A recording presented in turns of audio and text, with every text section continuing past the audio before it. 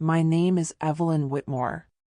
I'm 66 years old, and for the first time in more than 4 decades, I wake up every morning to a house that no longer breathes back at me. 2 weeks ago, I buried my husband. His name was Calvin Whitmore, and we were married for 41 years, not the kind of marriage people write books about, but the kind that actually lasts. The quiet kind. The steady kind. The kind built on routines, shared glances, and knowing when to give each other space without ever feeling alone. Calvin was a civil engineer, the type who believed roads mattered because people used them to get home. For most of his career, he worked on highway projects across Ohio, Pennsylvania, and West Virginia, bridges, interchanges, long stretches of asphalt most drivers never think twice about. But every mile he helped build, he treated like it mattered. He used to say, "If someone gets home safe because of something I designed, then I've done my job." He died on an ordinary Tuesday morning. One minute he was outside trimming the hedges in front of our home on the north side of Columbus, Ohio, grumbling about how the boxwoods never grew evenly. The next minute, a neighbor was pounding on my front door, her face pale, her voice shaking. Calvin had collapsed with the clippers still in his hands. A stroke. Sudden. No warning. No goodbye. At 67 years old, my husband, my constant, was simply gone. The funeral was held at a historic brick church in German Village, the same one where we'd attended Christmas services for decades. The pews were filled with people from every chapter of Calvin's life. Retired engineers from the Ohio Department of Transportation, men with silver hair and strong handshakes. Veterans he volunteered alongside during highway safety programs. Church friends who remembered Calvin as the man who always arrived early to straighten hymnals and stayed late to stack chairs.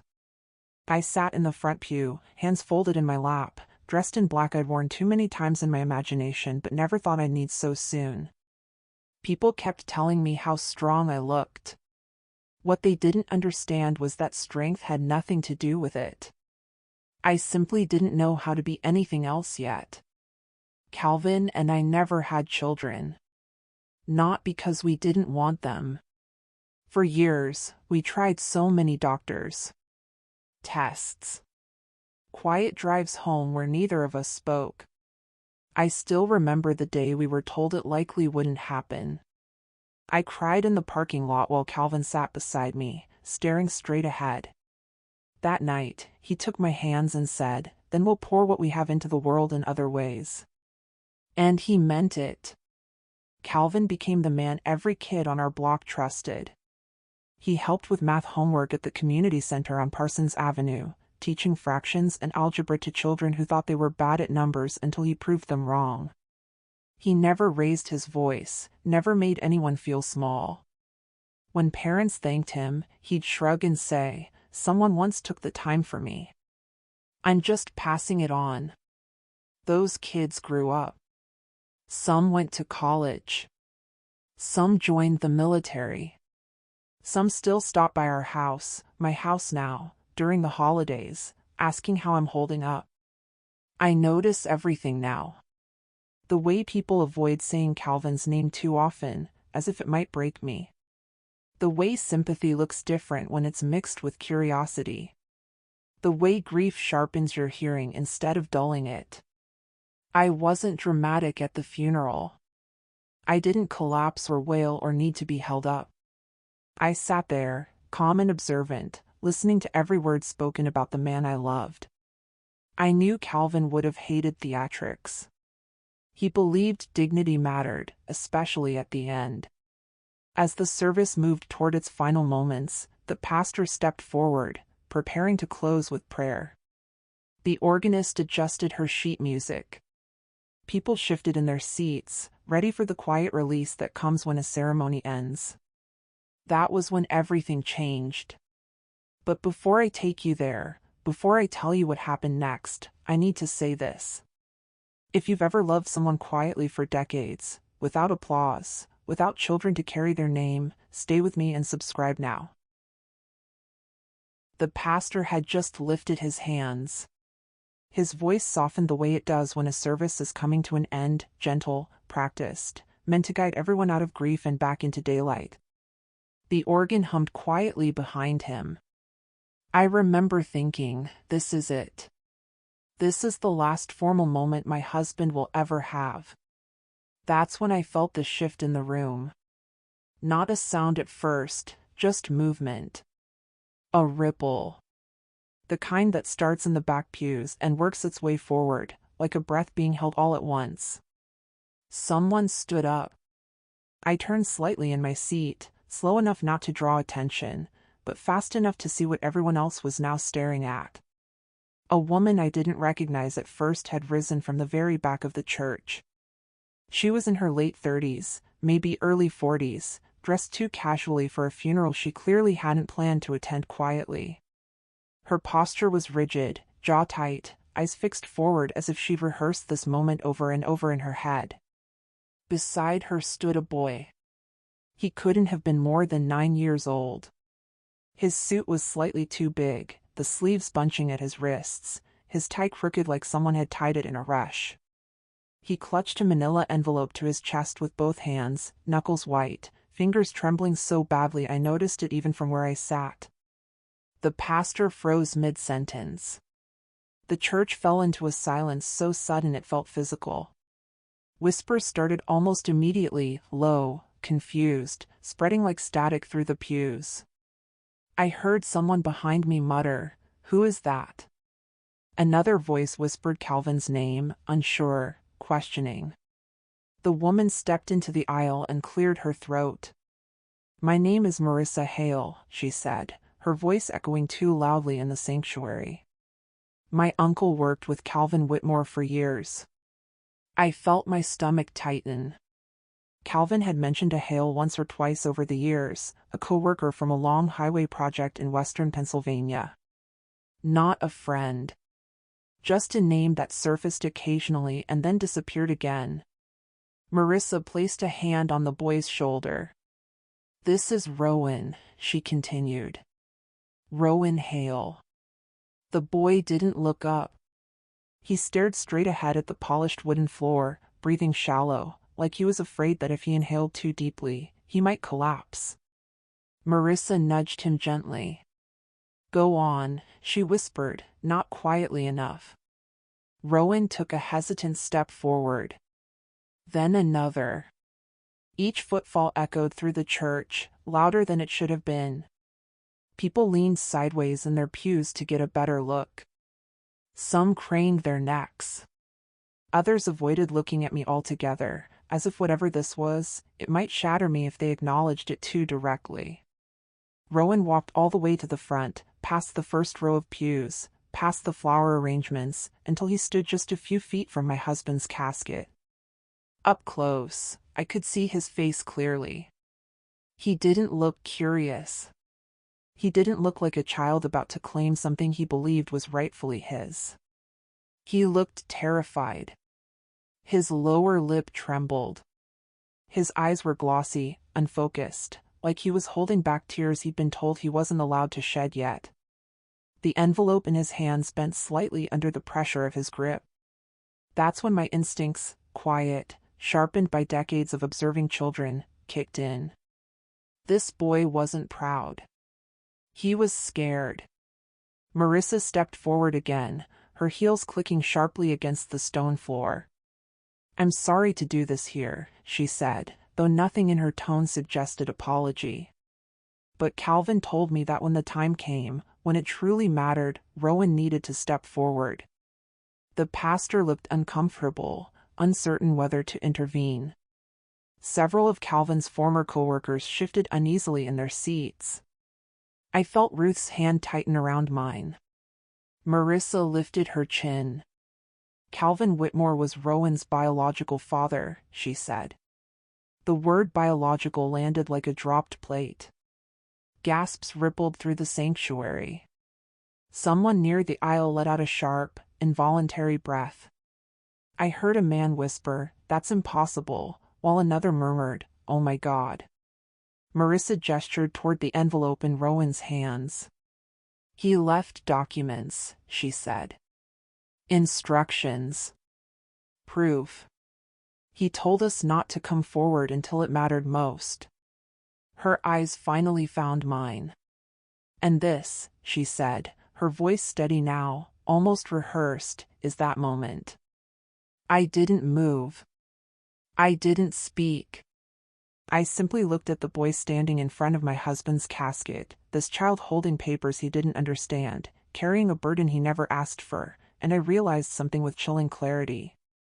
Whatever Marissa thought she was doing, whatever she believed she was about to take, she had chosen the worst possible moment to do it.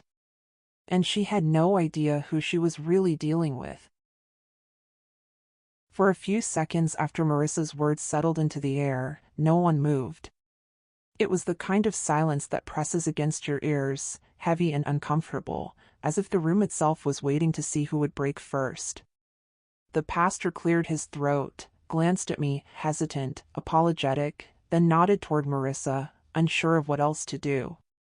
With a small, deliberate motion, she guided Rowan closer to the pulpit. "Give it to him," she whispered. The boy hesitated. I saw his fingers tighten around the envelope again, saw the panic flicker across his face as his eyes darted briefly to mine and then away. He took one step forward, then another, until he stood beside the pastor, holding out the manila envelope like an offering he didn't understand. The pastor accepted it slowly, as though it might burn him. Marissa folded her arms. "Calvin acknowledged Rowan privately," she said, her voice growing steadier with every word. "He didn't want to cause trouble. He wanted to protect Evelyn from pain. But he also wanted to make sure his son was provided for. My son." The words were never spoken directly, but they hung there, unmistakable. "There's a personal directive inside," Marissa continued. "A written acknowledgement. And instructions that Rowan be granted rights, financial and otherwise." The pastor opened the envelope. Inside were two things. First, a handwritten note, folded carefully, the paper slightly yellowed at the edges. Even from where I sat, I recognized Calvin's handwriting, or at least something meant to resemble it. The rounded letters. The deliberate spacing. Familiar, but not quite right, like a melody played in the wrong key. Second, a printed document, clipped neatly behind the note. It looked official at a glance, formatted like a legal addendum. A supposed extension to a will. Dates. Signatures. Language that sounded formal enough to pass if you didn't read it too closely. The pastor scanned the pages, his brow furrowing. A low murmur spread through the pews. People leaned in. Whispers overlapped. A few heads turned toward me, then quickly away again, as if they'd been caught staring at something private and fragile. Then I heard a chair scrape loudly against the floor. Calvin's younger brother, Dale Whitmore, shot to his feet. "That's a damn lie," he barked, his voice sharp and unrestrained. "My brother would never."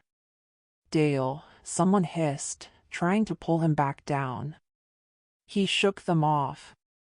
"I talk to Calvin every week," Dale continued, his face flushed red with anger. "He never mentioned a child. Not once. You don't just forget to tell your own family something like that." Marissa didn't flinch. "Maybe he didn't trust you," she said coolly. "Maybe he trusted me." That was when Ruth Kaplan, my best friend of 30 years, reached for my hand. Her grip was firm, grounding, like she was afraid I might float away if she didn't anchor me to the pew. I let her hold on. What surprised me most in that moment, more than the accusation, more than the eyes on me, more than the papers being examined at my husband's funeral, was how I felt inside. I wasn't shaking. My breath wasn't shallow. I felt calm. Too calm. Like the part of me that usually reacts had stepped aside, allowing something colder and clearer to take over. I noticed details most people wouldn't have, the way the pastor's hands trembled slightly as he held the papers, the uneven staple on the document, the faint smudge of ink near the signature line. Marissa mistook my silence for weakness. "You don't have to say anything, Evelyn," she said, turning toward me with what might have been sympathy, or might have been triumph. "I know this is a shock. But the truth is the truth." The pastor finally spoke. I don't think this is the appropriate place to review legal documents," he said carefully. "Perhaps this should be handled privately." "No," Marissa replied sharply. "Calvin wanted this known. He didn't want his son erased." Her words cut through the room like a blade. I felt Ruth's grip tighten again. And that was the moment I realized something important, something Marissa hadn't considered for even a second. She believed she had just won. She believed those papers had silenced me. She was wrong. Before you assume you know where this is going, pause. Subscribe and tell me in the comments where you're watching from. They expected me to break. I could feel it, every pair of eyes subtly shifting toward me, waiting for the moment when grief would finally knock me to the floor. People leaned forward just enough to be ready to catch me, or maybe just to witness it. After all, a widow being publicly confronted at her husband's funeral makes for a certain kind of spectacle. But I didn't collapse. I didn't cry. And I didn't argue. Instead, I stayed seated for a moment longer, my hands still folded in my lap, my back straight against the hard wooden pew. I took a slow breath, steady and deliberate, the way I used to teach nervous children to breathe before a big exam. In and out. When I finally stood, it wasn't rushed or dramatic. I smoothed the front of my dress, lifted my chin, and looked directly at Marissa Hale. She was watching me closely now, waiting for denial. For outrage. For a scene. She didn't get one. "I'd like to see the documents," I said calmly. The words came out evenly, without a tremor. A few people gasped softly, surprised not by what I said, but by how I said it. The pastor hesitated, glancing between us, then held the envelope out toward me. I walked the few steps forward and took it from his hands.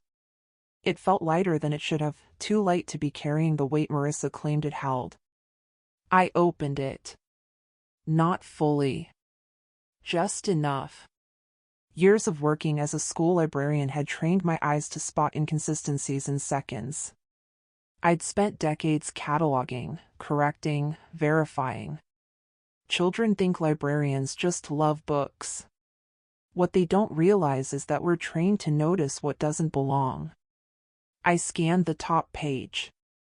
The dates caught my attention first. Not because they were wrong, no, they were almost right. Close enough to pass unless you knew exactly what you were looking for. But Calvin had always written dates a certain way. Always spelled out the month. Never used slashes. It was a habit he'd had since college. These dates used numbers. Then there were the signatures. At a glance, they looked convincing. But the curve of the C was sharper than Calvin's. The tail of the E didn't quite match. It was like someone had practiced his name but never truly understood how his hand moved across paper. I didn't say any of that out loud. I simply closed the envelope again and held it against my chest. "I'll need to take these home," I said. The room froze. Marissa's eyes narrowed. "Excuse me," she said, the confidence in her voice faltering for the first time.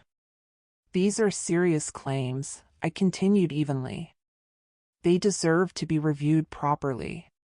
Privately."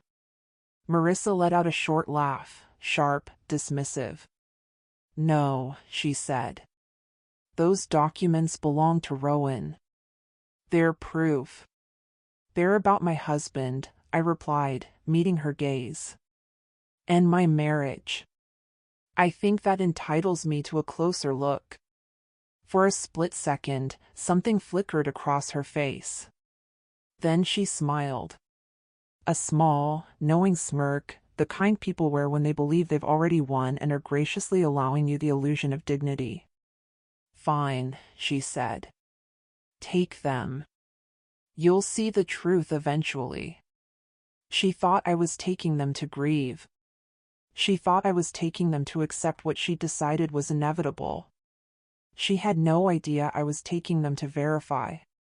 The pastor, clearly overwhelmed, cleared his throat again and announced the service would conclude. People stood in uneven waves, conversations erupting all at once. Some rushed toward Marissa, others toward me. Voices overlapped.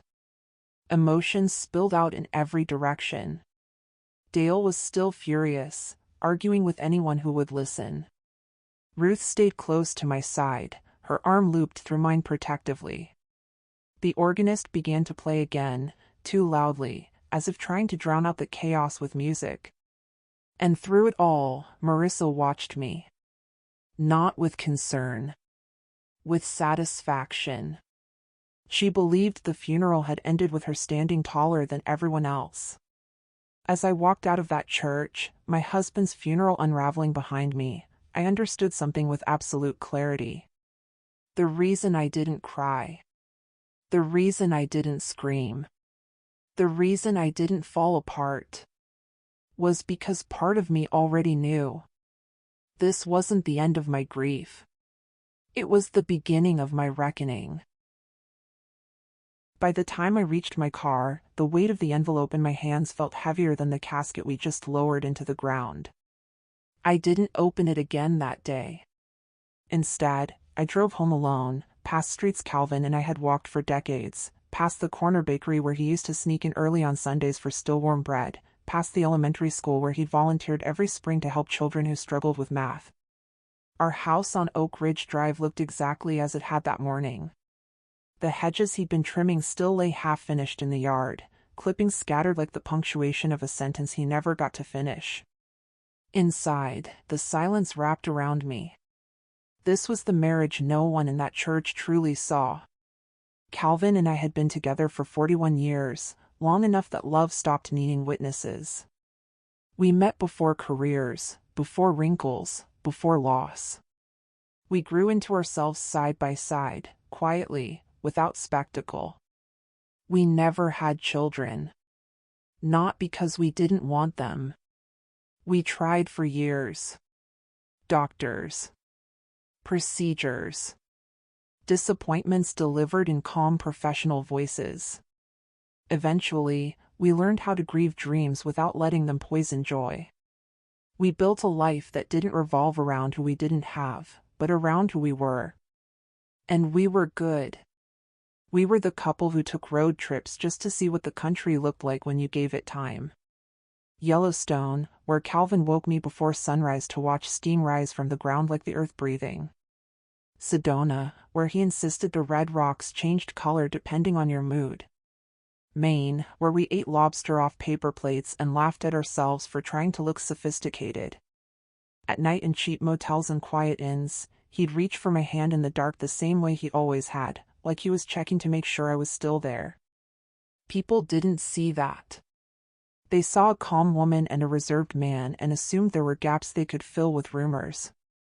What they didn't see was the winter, nearly 9 years earlier, when Calvin sat at our kitchen table and told me, very softly, that the biopsy wasn't good. Prostate cancer. Early stage. Treatable. Private. I don't want people to look at me differently, he said. And I don't want pity. So we handled it quietly. Appointments scheduled around work. Treatments done without announcements. Recovery managed behind closed doors. He followed every instruction meticulously, the same way he approached every bridge and highway project, careful, precise, thorough. The doctors had been clear. The surgery saved his life. But it also closed a door that could never reopen. Calvin accepted that reality with grace. With humor, even. "We've already built everything we needed," he once told me. "Nothing important is missing." That was my husband. So when Marissa stood in that church and claimed my marriage held secrets, claimed my husband had fathered a child in shadows, I felt something settle in my chest. Not doubt. Certainty. There are things about a man's body, about his health, about the life you share in quiet moments, that no rumor can undo. No forged document can erase. No performance in a church aisle can rewrite. That envelope didn't threaten my memories. It threatened the lie someone was desperate to sell. And as I stood alone in our living room that evening, Calvin's favorite chair empty beside me, I realized something else. If someone wanted to tear down the truth of our marriage, they would have to fight more than grief. They would have to fight facts. The house was dark by the time I finally set the envelope down on the dining table. I hadn't turned on more than one lamp. I didn't need brightness. I needed clarity. Calvin's desk sat just a few feet away, untouched since the morning he died. His glasses still rested on the legal pad where he'd been sketching out a drainage idea for a volunteer project at the community center. I could almost hear him telling me, one step at a time, Evie. Don't assume. Verify. So I did exactly that. I picked up the phone and dialed Harold Finch. Harold had been Calvin's estate attorney for nearly 20 years, based in Cleveland, a meticulous man who treated legal documents with the same reverence Calvin treated blueprints. They'd met through an Ohio DOT project years earlier and bonded over their mutual dislike of shortcuts. It rang twice. He answered. "This is Harold." "It's Evelyn Whitmore," I said. There was a pause, just a half-second longer than normal.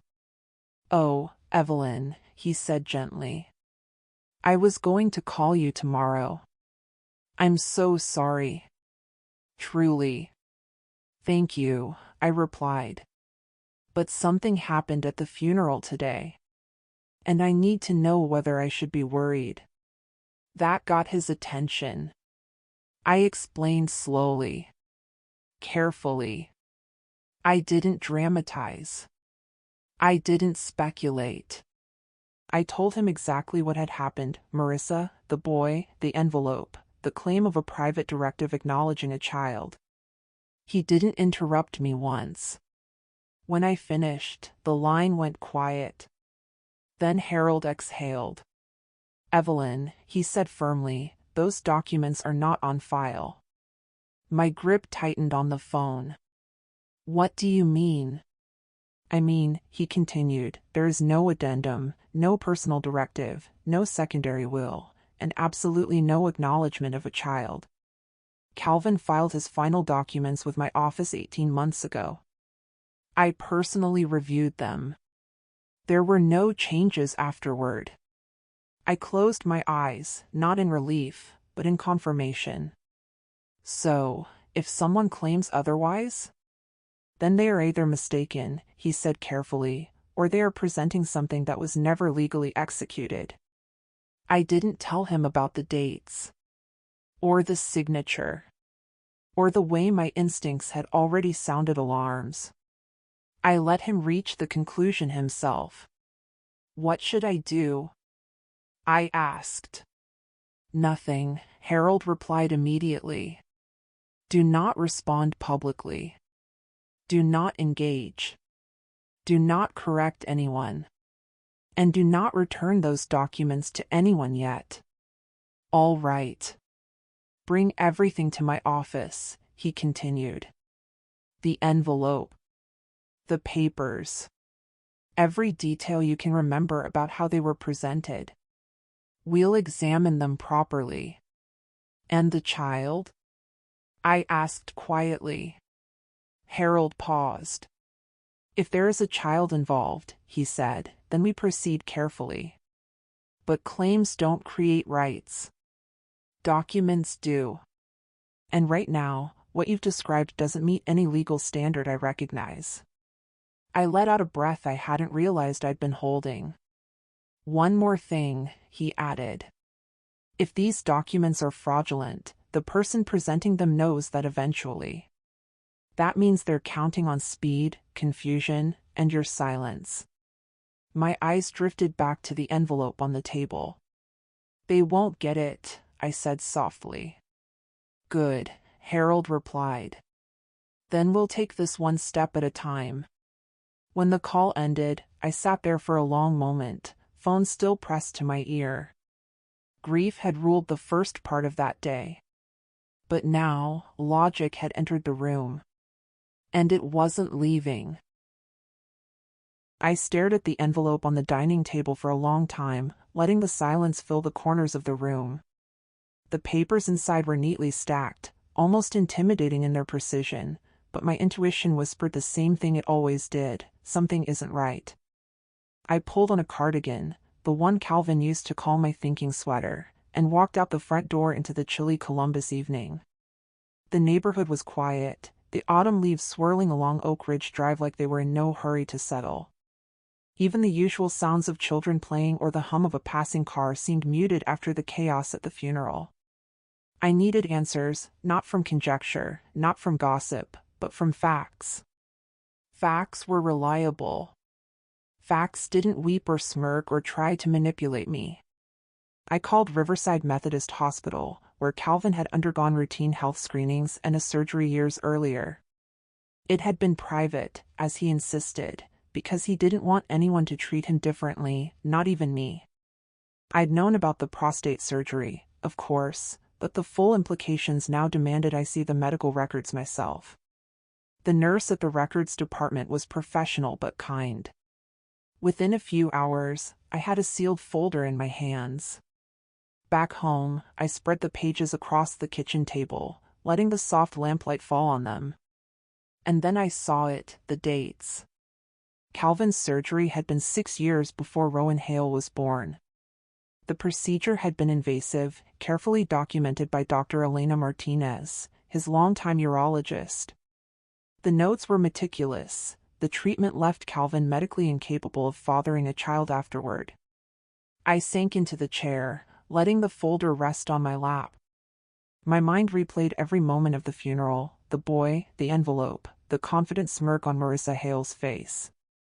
Every claim, every accusation, every whispered rumor, it now had a definitive answer.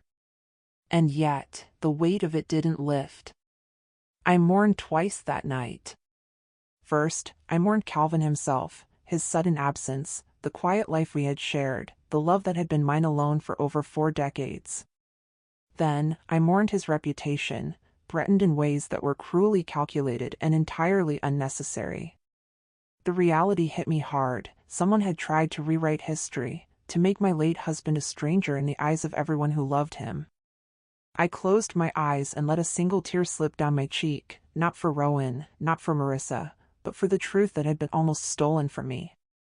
The truth that I had to protect at all costs. It was time to act. I picked up the phone again, not to call the attorney this time, but to gather my own courage. Because facts alone wouldn't stop the storm. I would need strategy, patience, and resolve. And more importantly, I would need to do it without letting the world see me falter. If you've ever watched someone try to rewrite the story of a life you loved, don't look away. Subscribe now, and leave a comment below, because staying silent is exactly what lets injustice win. I tucked the folder under my arm, took a deep breath, and walked to the living room. Rowan Hale and his claim were no longer just a story, they were a challenge to truth itself, and I was not about to let him or anyone else dictate the ending. The morning light filtered through the blinds on Oak Ridge Drive, falling in sharp strips across my coffee table. The folder from Riverside Methodist Hospital sat open beside me, the weight of truth still pressing down, but now a new question gnawed at me: who actually benefits from a lie? I knew I couldn't rely on conjecture anymore. Not after Marissa Hale's confident performance at the funeral. Not after Rowan's trembling little hands had carried the envelope as if the boy himself were a pawn in someone else's game. So I called Tanya Brooks, a private investigator I'd met years ago through a friend at the Columbus Police Department. Tanya had been a detective in Franklin County before starting her own investigation firm, known for exposing fraud, domestic disputes, and financial manipulations. When I explained the situation, she didn't gasp or try to comfort me. She asked questions. Smart, precise questions that cut straight to the core of the problem. 2 days later, Tanya's first report arrived. I spread the pages across the kitchen counter, my hands trembling slightly, not from fear, but from the need to absorb every detail. Marissa Hale was facing foreclosure on a small house in Westerville, barely 5 miles from our home. Credit card debt piled high, unpaid medical bills from Rowan's treatments, and overdue utilities painted a picture of desperation. She wasn't just struggling, she was on the brink of financial ruin. And Rowan's father? A man named Derek Hale, long absent, had a criminal record that included recent opioid-related arrests in Louisville, Kentucky. Tanya's findings suggested he'd vanished shortly before Rowan was born, leaving Marissa with medical bills and no support. I exhaled slowly, feeling both sympathy and wariness. This didn't excuse a lie, but it explained the pressure that had pushed her hand. Yet the strangest part of the report was about Rowan himself. Tanya noted that he had been poorly coached. He had little understanding of what had actually happened. In conversations, he described Calvin not as a father, but as someone who helped me, like a kind helper. His words were innocent, unscripted. He hadn't been rehearsed as well as Marissa had hoped. I leaned back in my chair, staring at the ceiling. The threads were beginning to untangle. Marissa's motives were financial, desperate, and reckless. Rowan had been caught in the middle, wielded as evidence in a story that wasn't his own. I felt a sharp pang of protectiveness for the boy. My husband might have been gone, but I still had the responsibility to shield the innocent from the fallout of lies crafted by adults. Tanya's final note struck me hardest. People lie for power, for money, for attention, but the cost is always someone's peace. You now know who gains and who loses. And suddenly, it became clear, Marissa gains control, money, and sympathy. Rowan gains confusion and misplaced attachment. And Calvin's legacy? Nearly stolen. I closed the folder and pressed my palm to my forehead. The pieces were coming together, but the storm was far from over. This was not just about documents or lies, it was about the choices we make when desperation meets deceit. I knew I had to act carefully. One misstep, and the truth could be buried beneath Marissa's well-timed performance, leaving Rowan caught in the middle forever. The sun had already dipped behind the rooftops of German Village, casting long shadows across my living room. The Oak Ridge Drive house, usually a sanctuary of quiet memories, felt charged with tension. I had asked Marissa to come, not to yell, not to accuse, but to give her a chance to tell the truth, face to face. Rowan stayed at Marissa's apartment with a neighbor, unaware that his small life had been used as a weapon. I wanted to protect him from the chaos, even as it bore down on the adults. When Marissa arrived, she carried herself with the same polished confidence from the funeral, but I noticed her hands trembled slightly as she clutched her purse. I gestured toward the living room chair across from mine. "I've asked you here to talk privately," I began calmly. "I want the truth about Rowan, the documents, everything. No one else needs to be involved, just you, me, and this conversation." I held up a small recording device. "I'm recording this for my protection. Ohio law allows one-party consent, and in this case, that one party is me. This is not a trap. This is a chance to be honest." Marissa hesitated, her confident mask flickering for a moment before she nodded. For nearly 20 minutes, she avoided the truth, circling around phrases like "I had no choice" and "I thought I was protecting him." Her eyes darted to the doorway as if expecting someone to burst in and end this. Finally, I leaned forward, speaking softly but firmly. Marissa, Rowan deserves the truth. You don't get to rewrite history or steal someone else's life to fix yours. Tell me what really happened. Her composure crumbled. Tears streaked her cheeks, and the polished woman everyone had seen at the funeral vanished. I forged the documents, she admitted, her voice barely above a whisper. I used old company files, letters from Calvin, even some of the accounting sheets from when I worked with him. I thought if I created proof, I could secure money to pay off the debts, to keep us from being homeless. I stayed silent, letting the words settle like stones in the room. I didn't mean to hurt him. Rowan doesn't know any of this, she continued, her voice shaking. I only told him Calvin was his father because I thought it would give him a chance at stability. I never imagined anyone would investigate so thoroughly. The confession hung heavy in the air. My hands rested on the armrests of my chair, steady. Inside, my heart ached, not for her, but for the little boy she had inadvertently endangered.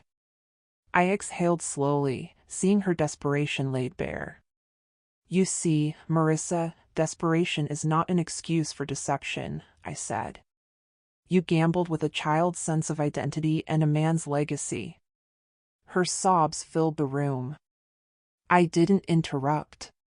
I let her face the consequences of her own actions while I silently weighed the next step: how to protect Rowan, how to preserve Calvin's memory, and how to ensure that Marissa could never weaponize a lie like this again.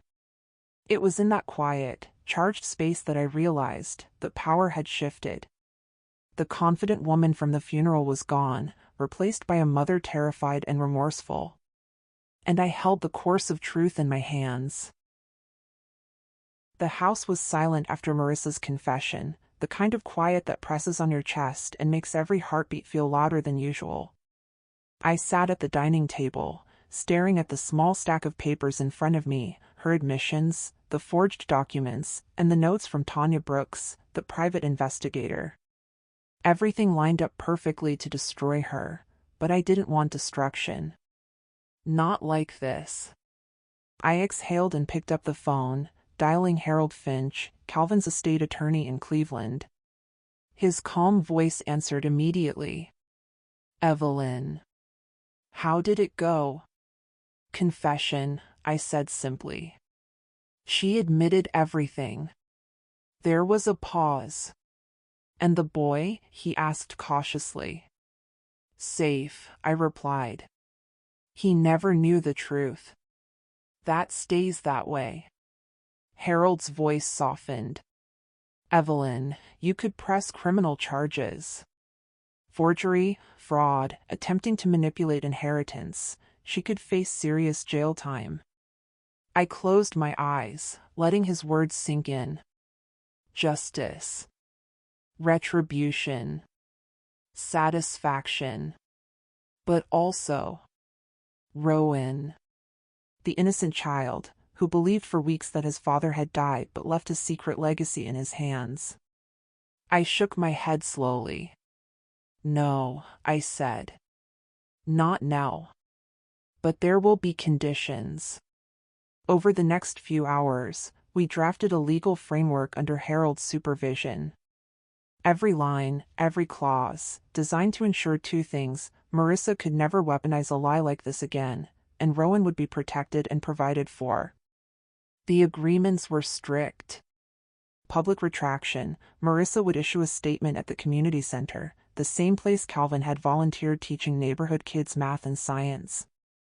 She would clarify that Calvin had never fathered Rowan and that the documents presented were falsified. Witnesses would be present to ensure transparency. Trust fund for Rowan, a legally binding account dedicated solely to Rowan's education, college tuition, tutoring, enrichment programs. No one, not even Marissa, could redirect the funds. It was a safeguard for his future. Supervised visitation: Marissa would continue as Rowan's mother, but all interactions would be monitored. I would have regular updates and occasional supervised visits to ensure his emotional and physical well-being. Counseling and accountability. Marissa would attend financial and emotional counseling. Any violation of the agreement, any attempt to manipulate Rowan's inheritance or the truth, and all financial and custodial privileges would be revoked immediately. Sitting in the quiet living room, I felt the weight of my decision settle on my shoulders. There was no joy in this, only a deliberate, carefully measured act of justice. No jail time, no vengeance, but consequences that mattered, long-lasting and protective. Harold leaned over the papers, pen in hand. Once we have signatures, this is legally binding. She'll be accountable, and Rowan will have stability. I nodded. That's all that matters. Not punishment for punishment's sake, but protection for a child who never asked to be part of this. As Marissa signed each page, tears streaked her face again. But this time, there was humility and the first real acknowledgement of responsibility. Her desperation had led to chaos, but now there was a path forward, hard, structured, and honest. I realized something else in that moment. Justice doesn't always need to leave scars. Sometimes, the most powerful victory is the one that safeguards the innocent while forcing the guilty to face the truth of their actions. Rowan deserved that. Calvin deserved that. And, in a quiet, reflective way, I did too. The spring air in Columbus carried a softness that belied the tension inside my home. I had prepared the living room meticulously, arranging chairs in a circle so every person would face one another, transparent, open, unavoidable. This was not just another conversation. This was the reckoning everyone had to witness. Present were key figures who had quietly shaped our lives. Dale Whitmore, Calvin's younger brother, who had stormed the church earlier with anger and suspicion. Ruth Kaplan, my closest friend for over 30 years, who had held my hand through infertility struggles and countless personal losses. 2 former colleagues of Calvin, engineers who had worked alongside him on Ohio DOT highway projects and had always admired his integrity and quiet mentorship. Marissa arrived punctually, Rowan by her side but unaware of the exact reason we had gathered. The boy clutched a small toy car, an old habit to comfort himself when adults discussed heavy matters. I began carefully, my voice steady but weighted with emotion. Thank you all for coming. Today is about truth and honoring Calvin's memory. It is also about responsibility and giving Rowan the chance to grow up safe and supported. Marissa swallowed hard, eyes on the floor. I need to confess to everyone here, she said shakily. Everything I did, the documents, the claims about Calvin, the statements to the church, they were lies. Desperate, harmful lies. My fear of losing everything clouded my judgment. Rowan was never at fault, and he should never feel like he was responsible for my mistakes. A hush settled over the room. Even Dale, whose anger had simmered since the funeral, seemed momentarily speechless. I nodded, letting her words hang, then continued. Calvin's name has been used as a weapon, and that stops today. Rowan is innocent, as he always was. What Marissa did is her responsibility, not his. And today, we correct the record. Not for revenge, but for justice and truth. Marissa turned toward the small circle of witnesses, her voice steadier now. I apologize publicly to Calvin's memory, to Evelyn, and to all of you who respected him. I manipulated grief and trust for my selfish needs. That ends now. Ruth reached over and squeezed my hand. Dale exhaled slowly, the tension in his shoulders visibly easing. The 2 former colleagues nodded solemnly, acknowledging both the wrongdoing and the courage it took to confront it. I glanced at Rowan, sitting quietly, unaware of the storm that had swirled around him. Rowan, I said gently, you are loved and protected. None of this is your burden to bear. The room felt lighter after that. A sense of restoration, fragile but genuine, began to take hold. Not every relationship was repaired, some cracks would never fully disappear, but today, the public record was clear. Calvin's name was restored, Rowan's innocence shielded, and Marissa accountable. I realized, then, that justice didn't need to humiliate further. It simply needed transparency, boundaries, and protection for the vulnerable. That is what we had achieved. The sun hung low over Columbus, painting the German village streets in amber light, as I drove past the brick-lined lanes that Calvin and I had loved so dearly. A year had passed since the events that had shaken every corner of our lives, from the shock of Rowan stepping forward at the funeral, to the quiet yet firm confrontation that set things right. I pulled into the small cemetery near the Scioto River, where Calvin's grave rested among the flowering dogwoods. The smell of spring tulips mingled with fresh-cut grass, and I could almost hear his quiet laughter in the rustling of the leaves. Before heading to the grave, I made a quick stop at my office in downtown Columbus to finalize the Whitmore Community Engineering Scholarship. It was designed for students pursuing civil engineering or related fields, inspired by Calvin's decades of work on Ohio highways, bridges, and community projects. I wanted his legacy to support young engineers with integrity, work ethic, and a sense of service, the values he had instilled quietly, yet profoundly, in everyone he touched. Back at the cemetery, Rowan ran up to me, a bright smile lighting his freckled face. He had grown taller over the year, his confidence and curiosity flourishing now that the weight of falsehood had been lifted from his young shoulders. "Evelyn, look what I made in school," he said, holding a small paper bridge model he'd built. I ruffled his hair, heart swelling. He was thriving, not just academically, but emotionally. He had learned to trust again, to feel safe. Marissa trailed behind, quieter but steadier. Counseling and consistent employment had reshaped her life, instilling in her a discipline and empathy that she had never known before. The years ahead would be long, but she was learning to provide a home where Rowan could grow without fear or deceit. I didn't feel anger toward her anymore. There was only accountability, and the quiet satisfaction that justice and compassion had coexisted in the same space. I knelt at Calvin's grave, placing a single tulip on the freshly turned earth. My fingers brushed the engraved letters as if I could feel the steadiness of his hands guiding me still.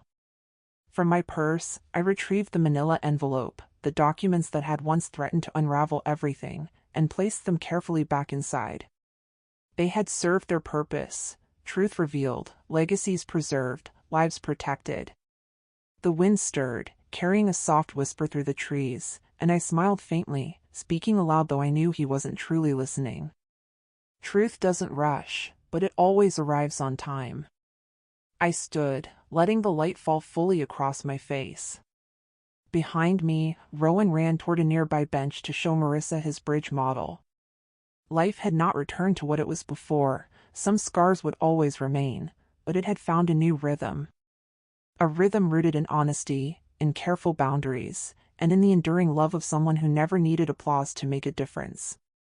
As I walked back to the car, I felt a quiet certainty. Calvin's memory would live on, Rowan's future was protected, and the choices made with integrity and courage would ripple far longer than any deceit ever could. The camera would linger on the tulips, the gravestone, and the empty envelope inside my purse, a subtle reminder that even the heaviest truths, when handled wisely, can become instruments of protection rather than destruction.